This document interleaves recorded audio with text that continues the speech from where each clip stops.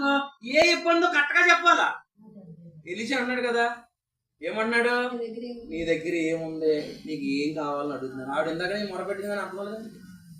హల్లెలూయా, నీకేం చేయాలన్నాడు. హల్లెలూయా. ఎందుకంటే దేవుడితో మనం ప్రార్థన చేసినప్పుడు ఒకవేళ సంఘంలో చేయలేని ప్రార్థన ఉంటే రహస్యంగా ప్రార్థన చేయాలి. హల్లెలూయా. చేసి ఏం చేయాలంటండి? హల్లెలూయా.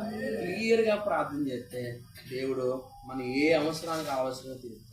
ఏ పరిస్థితికి ఆ పరిస్థితిలోనే తోడుంటాడు. హల్లెలూయా. మనం పడిపోయిన గోతుల నుంచి ఆయన లేవనెత్తగలిగిన దేవుడు. హల్లెలూయా. ఎంత గొప్ప దేవుడు ప్రపంచంలో ఎక్కడా లేడు. దేవుని స్తోత్ర. ఆయన మొరపెట్టి వారందరికీ, ఆయన నిజముగా మొరపెట్టి వారికి ఆయన సమీపంగా ఉన్నాడు. హల్లెలూయా. దేవునికి స్తోత్ర. హల్లెలూయా.